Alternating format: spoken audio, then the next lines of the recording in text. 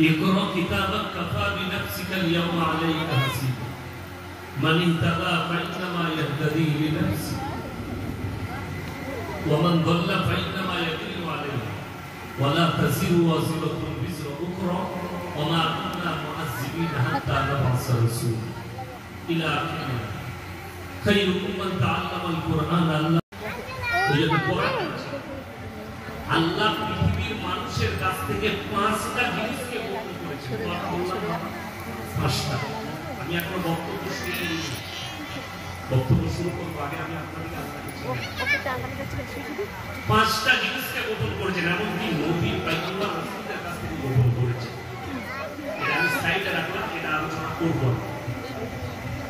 দ্বিতীয় নম্বর, পৃথিবীতে যে যেরকমই শক্তিশালী হোক, যার কাছে যত সম্পদ থাক, শক্তি থাক, বল থাক, সামরিক শক্তি, শারীরিক শক্তি, রাজত্বের শক্তি, পরমাণু শক্তি, যার কাছে যতই থাক, তারপরেও আল্লাহ মানুষের জন্য কোরআনে মারাত্মক কথা বললেন, ইন্নাল ইনসানা খুলিকা হালুয়া, আমি মানুষকে অসহায় আর দুর্বল সৃষ্টি করেছি। মানুষ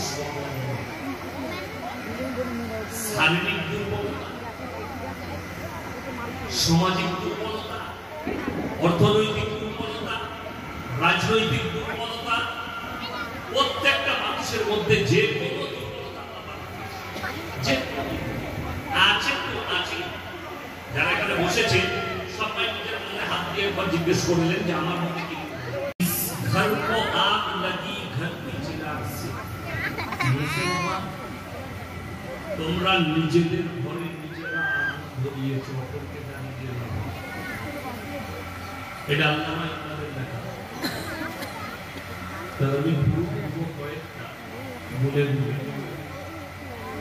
সর্বপ্রথম যারা আপনারা বেঁচে আছেন, আপনি, আপনার পরিবার, আর এই বর্তমান যুগে যতজন মানুষ বেঁচে আছে, মানুষ ইসলাম সম্পর্কে একটা সচেতনমূলক